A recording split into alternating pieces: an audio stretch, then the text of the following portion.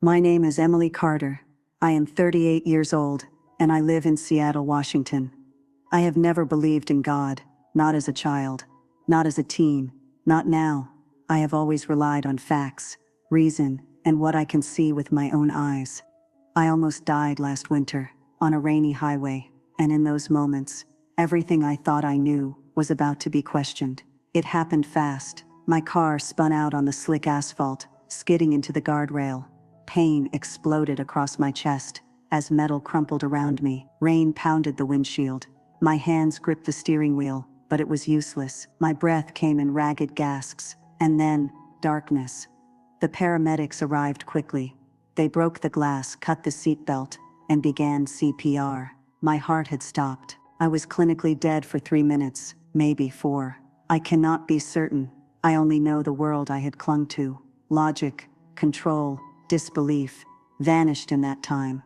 I had always thought faith was for the weak. I had believed that prayer was meaningless. And yet, in those moments, trapped between life and death, I found myself whispering something I did not believe. Please let me live, not for salvation, just to see another day.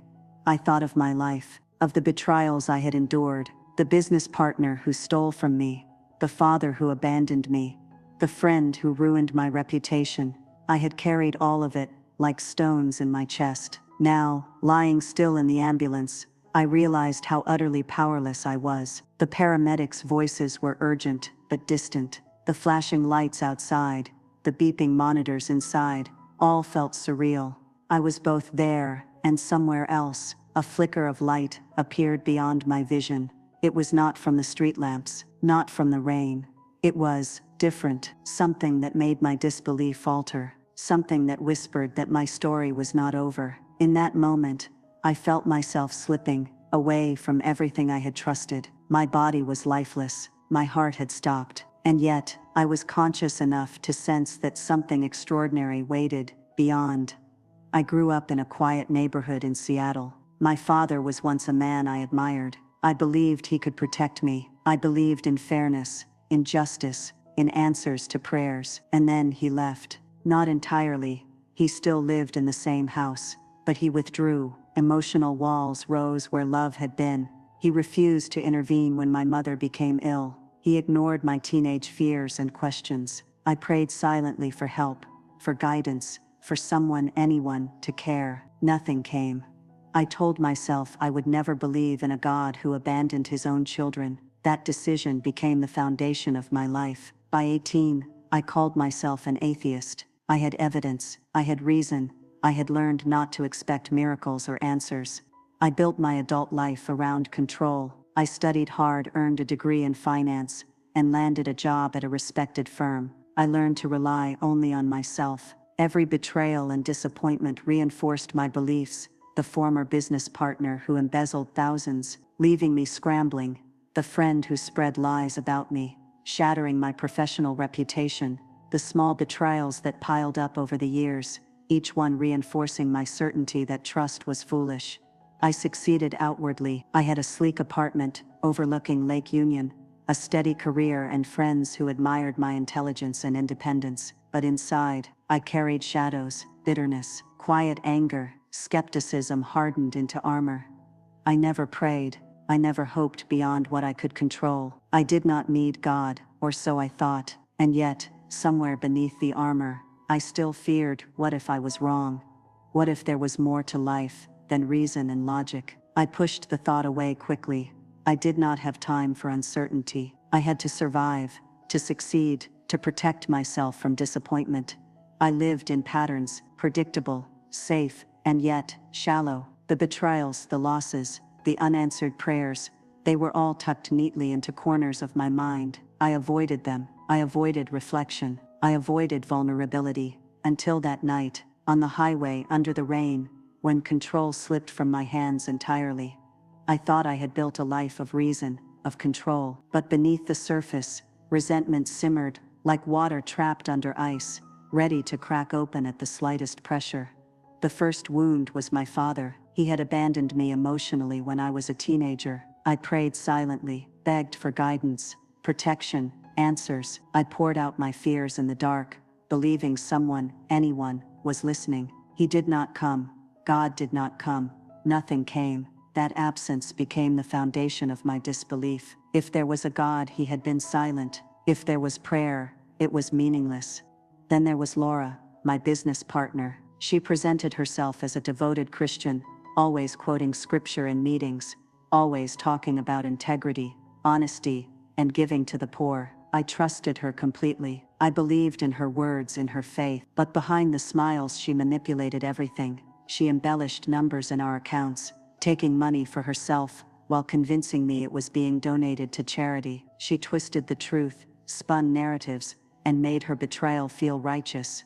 Every time I confronted her, she would turn it back on me. "Emily, you do not understand the bigger picture," she would say, eyes steady, voice calm. "This is for the poor, for the children. You think I am stealing, but I am serving." And I wanted to believe her. I wanted to believe that faith meant something, but each revelation, each lie, each manipulation tore at me. Faith, she had taught me, could be wielded as a weapon, or a shield for selfishness. I could not forgive her, not truly. I tried, rationalized it, told myself that maybe she had good intentions, but every time I revisited the numbers, every time I remembered the meetings, the late nights of trust broken, the silent betrayal, the anger came back, stronger, sharper. I carried that weight alongside the silence of my father. These two wounds, one personal, one professional, became proof to me that prayer was meaningless, that faith could be empty words, and that God, if he existed, had abandoned those who truly needed him. And yet, even in my certainty, a flicker of doubt began to stir, not about forgiveness, not about fairness, but about how powerless I truly was. That evening, I could not have imagined how soon I would face a moment where all my logic, my pride, my disbelief would be tested. And I certainly did not know how powerless I truly was until that night, when rain, slick streets, a twist of fate, and the spinning metal of my car would confront me with the one thing I had spent decades denying, the possibility that God and prayer might be real. The rain had been relentless all evening, hammering the windshield with cold, sharp droplets. I gripped the steering wheel tighter, trying to steer through the slick streets. My tires skidded over the painted lines, each movement sliding as though the road itself had betrayed me. Headlights reflected in the wet asphalt, dancing wildly. The city lights blurred, streaking like they were in motion, while I struggled to keep control. My pulse raced, my chest felt tight, my hands shook, slick with rainwater and sweat. And then it happened. A sudden, violent swerve. The tires lost grip completely. My car spun uncontrollably, slamming sideways into the guardrail. Metal shrieked and twisted. The airbag deployed with a deafening pop, slamming my face into the wheel. My chest exploded with pain, ribs pressing against the steering column. A smell of burnt rubber, wet asphalt, and something metallic filled the car. My hands were pinned. I tried to scream, but my voice caught in my throat. Everything happened at once and in slow motion. My mind raced. Could this be the end? I could feel the cold seeping into my bones. Rainwater pooled on the floor, mixing with blood and oil. The windshield cracked, splintering light across my vision. I tried to move, to free myself, to breathe. Nothing worked. Shouting pierced the chaos. Paramedics, their voices, urgent and clipped, called out commands. Stay still, chest compressions now. I could feel hands pressing down on my chest, compressing, pumping. A mask was forced over my face, air flooding in and out of my lungs. They shocked my chest with a defibrillator. Beep, silence, beep, silence. My heart had stopped, my body went limp, clinically dead.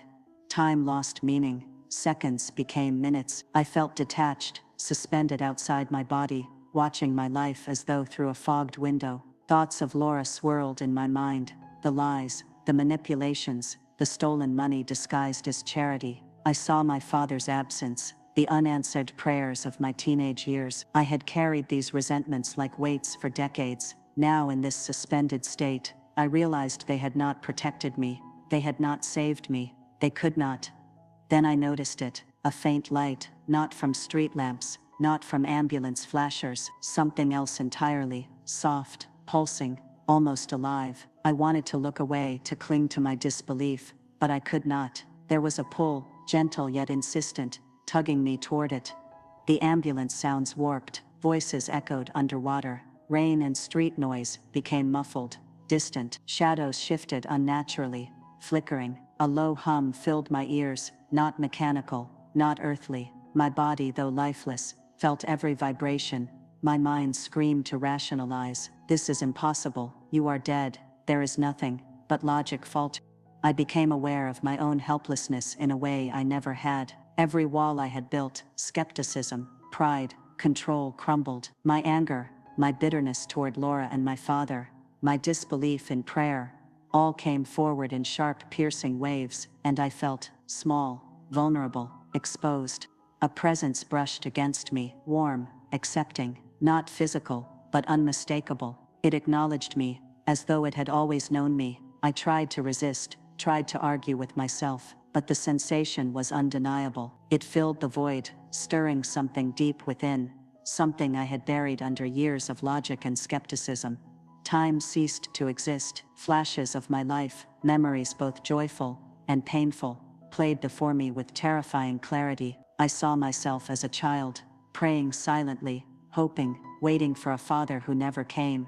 I saw the nights of betrayal, Laura's manipulations, the lies, the stolen money presented as charity, every act of injustice I had witnessed, every prayer I had whispered in vain. It all weighed on me now. And then, weightlessness, my body's connection to life loosened. The pain, the fear, the racing heart, all faded into a soft, distant hum. I was rising, floating, free, outside myself. The presence grew stronger, loving, knowing, patient.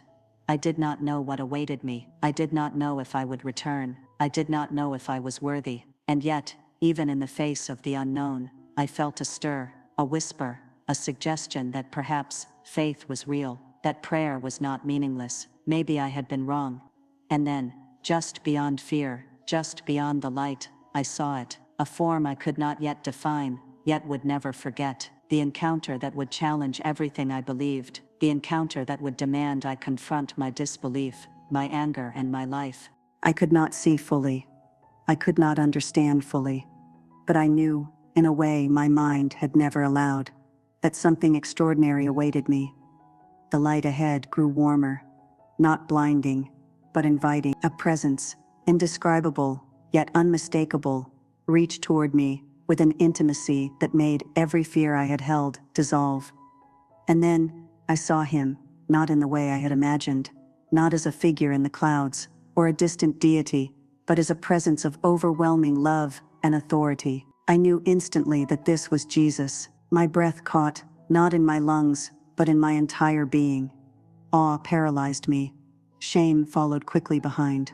Every lie I had endured, every betrayal I had carried, every ounce of skepticism I had clung to, it all seemed irrelevant here. You have carried bitterness like chains, he said, though his voice was not spoken, yet I understood every word. You have questioned what you could not see. You have doubted what you could not feel. But you are known, you are loved. I felt the truth of his words pierce me, deeper than I had ever imagined. Memories of my father's absence, Laura's manipulations, every unanswered prayer, they all came into sharp focus. And in that clarity, I understood that faith was not about fairness. Faith was not about perfect people. Faith was about relationship. Faith was about surrender, even when the world seemed silent. A vision unfolded before me. My life played out, not just the triumphs, but the moments I had ignored, the nights of fear, the unspoken prayers, the silent anger that had hardened my heart. And I saw that even in my disbelief, there had been longing, small sparks of hope I had buried, afraid they would fail me. I remembered a scripture I had once dismissed as irrelevant. Trust in the Lord with all your heart, and lean not on your own understanding. Proverbs 3:5. The words now resonated with undeniable weight. All my reasoning, my careful control, my skepticism, it had not protected me, it had not saved me. And now, faced with the vastness of life beyond life, I realized that trust, real trust, was what mattered. You must return, he whispered. Though it was not a whisper, it was authority wrapped in mercy. You will live again. You will share this truth. Do not harden your heart. Pray, trust, believe, even when unseen. Tears filled me, not for fear, but for revelation, for the years lost in doubt, for the anger carried unnecessarily, for the life I thought I controlled but never truly had. And then, as quickly as I had crossed into this place, I felt the pull of my body, of life, of the physical world I had nearly left behind. The warmth, the awe, the undeniable truth of his presence began to fade, replaced by the urgent sounds of the ambulance, the beeping monitors, the paramedics' hands on my chest. I did not want to leave, and yet I carried within me a certainty I had never known, that faith was real, that prayer had power, and that love, unseen, unearned, yet infinitely present, had not abandoned me after all. I woke to a sterile white ceiling. The hum of monitors, and the faint beeping of machines, filled the room. My body ached, bruised and battered from the crash, yet my mind burned with clarity I had never known. For the first time in decades, I understood what faith meant, not the empty words Laura had twisted, not the prayers I had shouted into silence as a teenager, but real, living trust in God, even when unseen.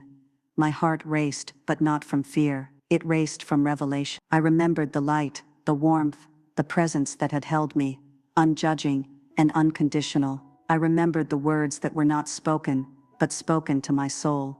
Pray, trust, believe, even when unseen. Proverbs 3:5. The verse I had dismissed now burned into my consciousness like fire. Tears streamed down my face. For years I had carried anger toward my father and Laura, allowing bitterness to define me. I had lived under the weight of disbelief, convinced that faith was meaningless, and yet I had returned. I had been given a second chance, and with it a responsibility. I glanced to the side. My husband, Michael, sat in the chair beside my bed, his face pale, hands trembling. "Emily, you are awake," he whispered. His voice cracked. I nodded, still overwhelmed, and tried to speak. Words felt insufficient. "I saw something," I said slowly, my voice raw. "Something real. I understand now. Prayer, faith, it is real, it matters." He looked at me, searching for certainty. "You mean God?" I nodded. "I do not understand everything. I cannot explain it fully, but I know this. I cannot go back to disbelief. I cannot ignore prayer anymore. I have seen more than reason can hold." Alone later, I reflected on everything. The father who abandoned me, the friend who betrayed me under the guise of faith, the unanswered prayers that had haunted my nights. They all became part of the story that led me here, and the story had a new chapter now, one defined not by doubt or bitterness, but by trust. Faith was not proof, it was surrender. It was trust when control failed. Prayer was not a guarantee that life would be fair. Prayer was connection, a lifeline to something greater than myself, and I had nearly left this world without ever understanding it. I closed my eyes and whispered a prayer for the first time in decades, not for outcomes, not for fairness, not for vindication, but simply to reconnect. The core theme of my life now was clear. Faith is real, and prayer matters, even when unseen. I knew this understanding would guide my steps from this moment forward. Every resentment, every choice, every interaction, everything carried new weight, new purpose. I had been given a glimpse beyond logic, and I could not ignore it. I did not know if I could face him. Years of silence, resentment, and unanswered questions had built walls between us, taller than any bridge I could imagine. Yet sitting in my hospital bed, breathing in the sterile air, I felt an unfamiliar courage. Prayer had given me strength I never knew I had. Faith, however fragile, had reminded me that fear did not have to rule me. I called my father the next morning. His voice was hesitant, strained. "Emily, I am glad you are alive," he said, words that trembled with decades of regret. "I am alive," I replied, "and I want to understand. I want to try, if we can." The conversation was awkward, clumsy, filled with pauses where years of silence spoke louder than words. I spoke honestly, without accusation, about my teenage years, about the prayers I had whispered into empty rooms, about the anger I had carried. He listened. He admitted his failures, his absence, the choices that had wounded me. For the first time, I felt a measure of peace with him, not complete, not perfect, but real. It was harder with Laura. The betrayal had been deep, calculated, and manipulative. I knew I could not trust her, not after everything. But I also understood something I had not before. Faith does not excuse wrongdoing, nor does it demand blind forgiveness. I prayed before calling her into my office. I prayed not for vengeance, but for clarity, for wisdom, for the courage to act right. "Laura," I said when she arrived, "I know what you have done. I know the money, the lies, the manipulations. I cannot ignore it. I cannot keep this company together with this trust broken. You will have to leave." She looked at me, feigning shock, even innocence. "Emily, I was doing what I thought was right. You do not understand the bigger picture." "I do," I said firmly. "I understand that intentions do not erase consequences. Faith does not give you a license to harm. I forgive in my heart, but I cannot let this continue." She left, the door clicked behind her, and silence filled the office. For a moment I felt relief, but more than relief, I felt conviction. Prayer had guided me. Faith had given me strength. I had acted, not from anger, not from pride, but from clarity. Over the following weeks, I worked to rebuild trust where I could. I reached out to colleagues, shared my experience, and allowed my story, the near-death experience, the revelations, the renewed understanding of prayer and faith, to guide my actions. I set boundaries with people who had hurt me, and I embraced relationships that could flourish in honesty and integrity. For the first time, I saw that faith was not passive, prayer was not wishful thinking. Both were active forces, shaping decisions, giving courage, and guiding the steps I could not take alone. I had returned from death, yes, but I realized that the real life, the real test, was here, facing betrayal, forgiving when possible, standing firm when necessary, and allowing faith to illuminate every choice. Leaving Laura to her consequences had not been easy. Walking away from the company we had built together felt like surrender, but prayer and faith had guided me. I had no guarantee that my small new venture would succeed. The first weeks were hard. I faced empty bank accounts, skeptical colleagues, and the gnawing fear that I had lost everything. And yet, I prayed, not with expectation, not with bargaining, but with trust. Each morning, I whispered words into the quiet. "Lord, guide my steps, give me wisdom, help me do what is right." I did not understand how it would work. I did not even know if it would. But the act of praying, of trusting, changed me. It gave me clarity, courage, and a peace I had never known. Slowly, the pieces began to fall into place. The small business I had started, barely enough to cover expenses, began to grow. People responded to honesty, integrity, and the simple principle that I would not compromise values for gain. Faith was not an instant solution. Prayer did not make life easy, but it gave me strength to act rightly, even when the outcome was uncertain. Months later, the company was stable. My life, once defined by anger and disbelief, was now guided by trust in God and the practice of prayer. Laura's absence no longer haunted me. She had chosen her path, I had chosen mine, and my path was defined by faith, by prayer, and by living intentionally, even in uncertainty.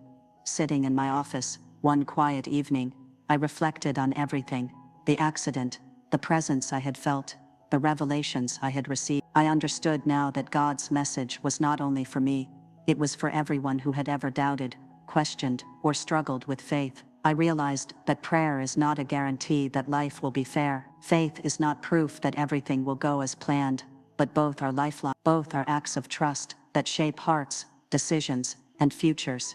To anyone watching this, I say this from the depth of my experience. Do you believe in prayer? Do you believe in God? Do you have faith even when unseen? I know what it is to live without belief, to question everything, and to feel abandoned. I also know what it is to see beyond life, to encounter the divine, and to understand that prayer and faith are real, even when the world seems silent. Your circumstances may feel impossible. Betrayal, loss, and failure may weigh heavily on you, but faith and prayer are not about removing obstacles instantly. They are about giving you the courage to act rightly, to endure, and to trust that something greater is at work. I built my life again, from almost nothing, holding fast to prayer and faith, and slowly, impossibilities became realities. Doors opened, people came, opportunities grew. The world I had once believed controlled me now felt guided by something higher. I lean back, close my eyes, and speak to you sincerely. If you have doubted, if you have feared, if you have felt abandoned, Try prayer, trust God, have faith, and watch how it changes not only what you see, but how you live. I came back from the edge of death, thinking I understood life, but I learned that prayer is real, that faith matters, even when we cannot see. I rebuilt my life, step by step, holding on to God's guidance. I have to ask you, if you faced the impossible, would you trust Him too, or wait until it is too late? Call to me and I will answer you. Jeremiah 33:3.